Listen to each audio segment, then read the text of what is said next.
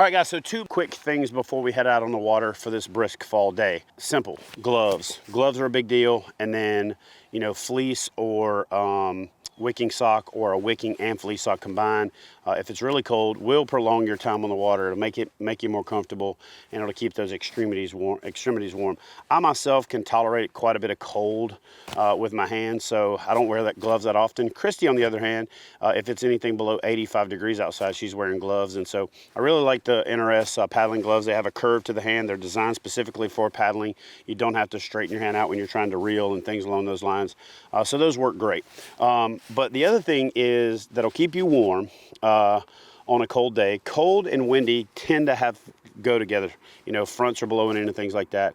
And it's that wind, that biting wind, that really tears you up. So a net gaiter is a really good investment. A low bulk fleece, you know, something that's not your standard sun protection gaiter, even though a sun protection gaiter does keep that wind off the neck. But I like these hooded, you know, these hooded shirts, because even as little as this thin hood, keeping that wind off the back of your neck is great. And they also provide good sun protection once the sun gets up.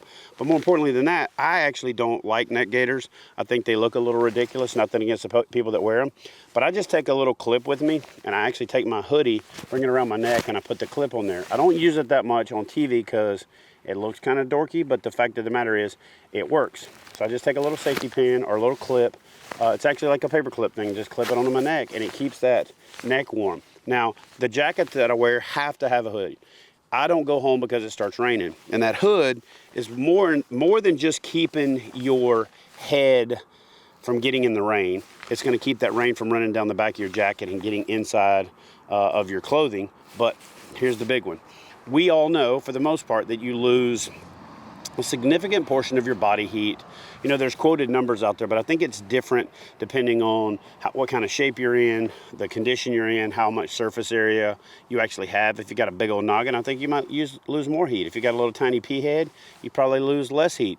So keeping your hat dry is a big deal. So if it just starts to drizzle a little bit and you let your hat get wet, and then the wind starts to blow and your hat's still wet, which is going to dry slower because it's cold outside, you're going to sap a lot of heat from your body, just like I talked about in the urine segment, by trying to keep your noggin, you know, at the temperature it needs to be. A lot of heat's going to escape. If you ever see athletes take their helmets off when and all that smoke's coming off their head, a lot of that heat is escaping.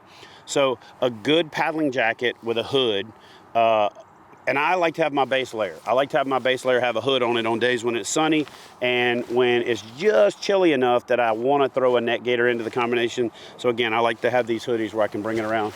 I can clip it. I actually have some of these that I've taken a shoelace, poked 2 holes with like an ice pick where there is a carterized hole through it, and then I just have a little lace right there that I tied up. It works great. It doubles, you know, the whole net gaiter thing. And then a lot of times, even when I pull it up, I can bring it around like that, tie it off.